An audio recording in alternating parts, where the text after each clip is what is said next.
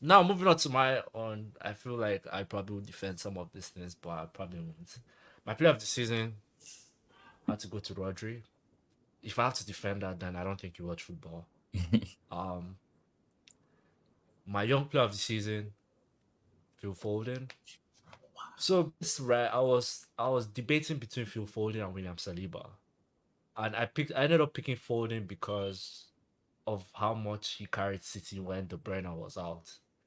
You know, there were just games where City had no option and he pretty much just popped out of nowhere and he saved the day. But this was a strong debate in my head between Phil Foden and De Bruyne. Sorry, Phil Foden and William Saliba, and I ended up going for Phil Foden. My manager of the season has to be Arteta. I think he pretty much won 28 games in a regular season, right? When I mean regular season, I mean like without this juggernaut of a team called Manchester City. Like they would have won the league like 5 weeks ago. Um, but obviously we have teams like Manchester City in the league, and so 128 games, most goals scored, a team with the most goals scored in the league,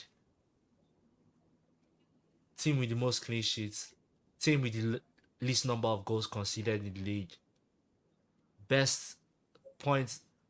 I can't even start. He literally broke record. Like this team was 1 point shy of breaking the Invisibles record. Like I think the Invisibles finished with like 90. He finished with 89. So you see, without it, nah, I don't think I have to explain myself. My sign of the season, Declan Rice. Declan Rice. I think the way he elevated this Arsenal team, and I think his level of play, his output, the way think he finished with like 6 assists and like 7 goals or some 5 assists, something like that, 7 goals. His output this season was just higher than regular. Overachievers of the season, I went with Bournemouth. First 10 weeks of the season, Bournemouth pretty much were last on the table, or close in bottom three. And then if you look at the table, pretty much from December up till now, I think they have the fifth, sixth, either fifth or sixth. So that tells you how much job Andre Iriola has done for a team. I thought about Villa too, but I was like, Bournemouth starting the first 10 weeks of the season, last place, and they ended up finishing with their best point tally in the Premier League season. I think that's just crazy. I'm not going to touch too much on this one.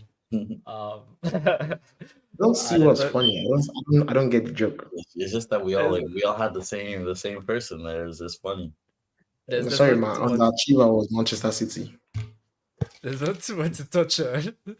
And obviously, my game of the season, Chelsea 4, Manchester City 4. Again, this is the game that kind of just stood out. When I think of all the great games, this one was just crazy, back and forth. Like I saw a video from Bleacher Report, and they were going back and they were recapping this game, and it was like they had Pep in the middle, and you see the Chelsea players going to score, City players going to score, back and you just see Pep, and then he just fell. So I think that when you think about that game, no one really expected Chelsea to win, to come without a point from that game to also. So big ups to Chelsea. And then my team of the season, I don't think anyone will argue with this. I'm Pickford in goal, White, Saliba, Gabriel, Guardiola, Rodri, Rice, Odegaard as my three, and then Palmer, Foden, and Oli Watkins as I my front three. very much disagree. What do you want me to defend? Let me. I can happily defend Hey, it. please defend sorry, defend Ben White, defend Pickford, defend Gabriel, defend Watkins. Other than Kyle Walker, and that's the only person I will probably submit to, and I think that there's a huge debate for that. Tell me a better right back than Ben White Gusto. in Pedro this Porro. season. This season. Gusto. Malo Gusto. Pedro Porro. Pedro Porro. Yeah. So man of the fans, this is what happens when your host cannot defend his club. Excuse me. You see, we should Again, give you, we gave again. Wait. I'm sorry. Name a better defense this season than Arsenal's defense. Now you're calling two different things. No, I'm asking you a question. No, I'm getting to that. Defense, the collective defense, Arsenal had the best defense this season. But individually, they were better defenders in that right back position than Pedro Ben Porro White. that everyone was literally beating on the right side. Gusto did not even play the Ben White literally. Nah. What were you about to say about Gusto? What were we about to say about Gusto? I was about to say Gusto didn't play the full season. That's the only I'm thing. taking that into account. Okay, yes, probably he had more assists, but defensively, It's I'll not still even take just what no, but I'm saying defensively good. That's the part of the game that people underrate. over Ben White. Over Ben White, though. I'm not saying defensively Ben might be.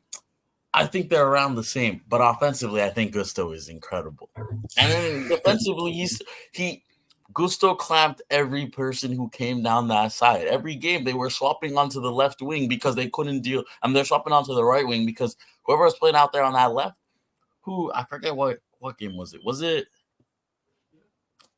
Newcastle? I don't know. But I remember that, bro, there were tons of games this season where Gusto has been out on that right. Whoever's been playing on that that left wing with him has swapped over to the right because they couldn't get past. They were Is getting it the same clamped. Gusto that I watched that he's talking about? He's had there Is it the were same Gusto? I can think of one, maybe two games where he was a little shaky defensively, but the only one like besides that, I think the only reason David is calling Ben White is because during corners he used to tamper with keepers' gloves. That's the only reason. I think.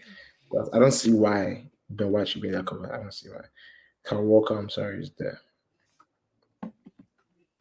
Pickford had best save percentage this season in a dying Everton. He finished second in clean sheets. He finished second in a struggling Everton team that pretty much they literally went winless from December to March. They went winless and he still finished with the second most clean sheets. Nelson Semedo was better, man.